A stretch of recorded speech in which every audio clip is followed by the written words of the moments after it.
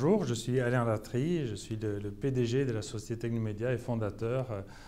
société que j'ai eu le bonheur de créer à Montréal, au Canada, en 1996.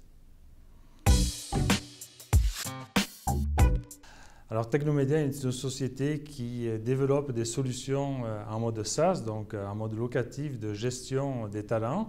Le centre de développement est basé à Montréal et nous opérons sur deux principaux territoires, soit l'Amérique du Nord, les États-Unis, le Canada, et puis l'Europe, avec une présence forte à Paris également. Et nous couvrons l'ensemble des processus RH classiques, donc du recrutement, aller aux entretiens individuels d'appréciation, aller au people review, à la gestion de la rémunération et bien entendu tout le volet formation et développement qui est associé à ça. Donc la plateforme comme telle repose aussi sur un socle qui va permettre de gérer tout ce qui est administratif, autant au niveau du collaborateur et de son dossier, autant au niveau des organisations et des ensembles de structures de l'organisation qui sont présentes dans l'organisation, tout ce qui est social et communication dans l'application, et finalement, et non le moindre, une plateforme intégrée aussi de business intelligence, de BI, associée au reporting et à la qualité et à la restitution des données auprès des différentes instances, collaborateurs, managers, direction, RH d'une entreprise.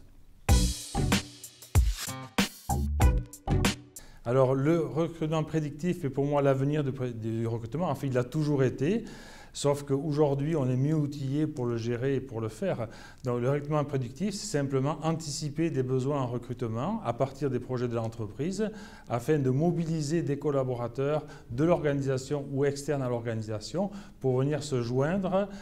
à l'organisation afin de se préparer finalement et de devenir être disponible au moment où on en aura besoin, qu'on va pouvoir anticiper dans le temps. Donc c'est directement lié aussi à la mobilité des collaborateurs où on essaye de faire converger à la fois les besoins individuels, donc des personnes veulent se développer, donc on leur donne une vision de l'entreprise à 2 ans, 3 ans, 4 ans, et l'entreprise, donc, de ce fait même-là, va pouvoir afficher ses besoins et le collaborateur va pouvoir s'inscrire dans ces besoins-là et se préparer afin de combler des postes futurs qui seront disponibles dans une organisation.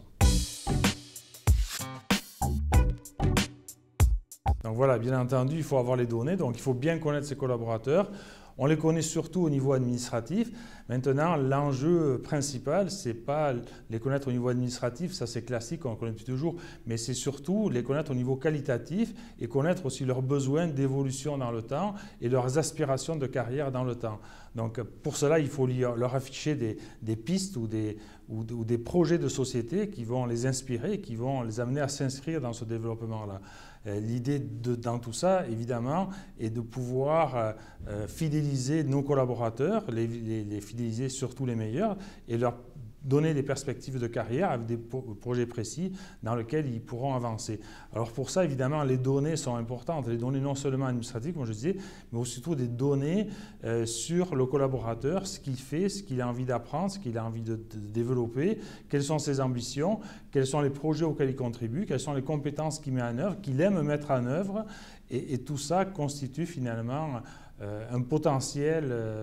de data pour l'entreprise afin de dire, ben oui, on a le bassin de compétences disponible dans l'organisation qu'il faut développer, mesurer son développement pour pouvoir attaquer les défis du futur finalement.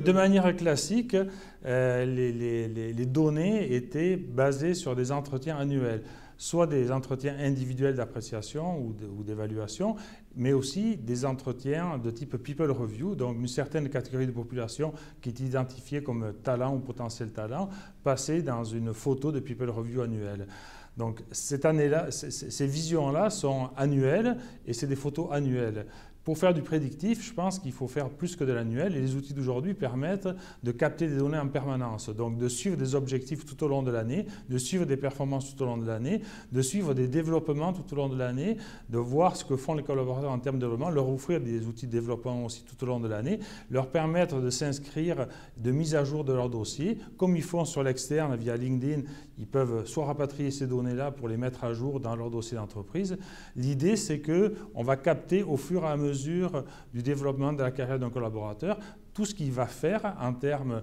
de développement personnel et professionnel pour pouvoir mettre à jour ces données-là et voir la possibilité, quand on cherche quelqu'un dans l'organisation pour combler un poste, soit en réactif, soit en prédictif, parce qu'on sait qu'on va en avoir besoin dans 3 mois, 6 mois, 1 an, mais on va avoir le potentiel de compétences disponibles et pouvoir faire le meilleur choix, qui soit l'adéquation entre les besoins de la personne qu'on aura visée et celle de l'organisation. Donc, les exemples de best practice au niveau de la data, c'est de rendre les données, de mobiliser les collaborateurs déjà pour de leur montrer l'intérêt qu'ils ont d'avoir leurs données à jour, soit au niveau qualitatif, par rapport à leurs ambitions, par rapport à leurs projets, par rapport à leurs compétences, soit en simplifiant la tâche, parce qu'ils ont souvent fait ce travail-là pour être à jour au niveau de leur profil externe, parce que chacun affiche aujourd'hui dans une organisation, la quasi-totalité des collaborateurs affichent un profil LinkedIn, leur dire d'un seul clic, on peut rapatrier ces données-là pour les exploiter dans l'organisation. Ça, je pense, c'est une bonne pratique de synchroniser ce qu'on affiche à l'externe avec ce qui est disponible à l'interne, et c'est dans le propre intérêt des collaborateurs, et ensuite de rendre ces outils-là disponibles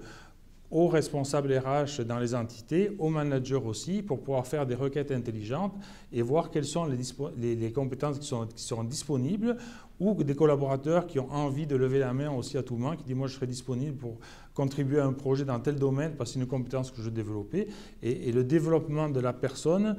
fait partie de son parcours aussi, et ce n'est pas forcément un changement de poste qui est la solution pour tout le monde à court terme, ça peut être la contribution à un projet qui pourront l'amener plus tard vers un changement de poste.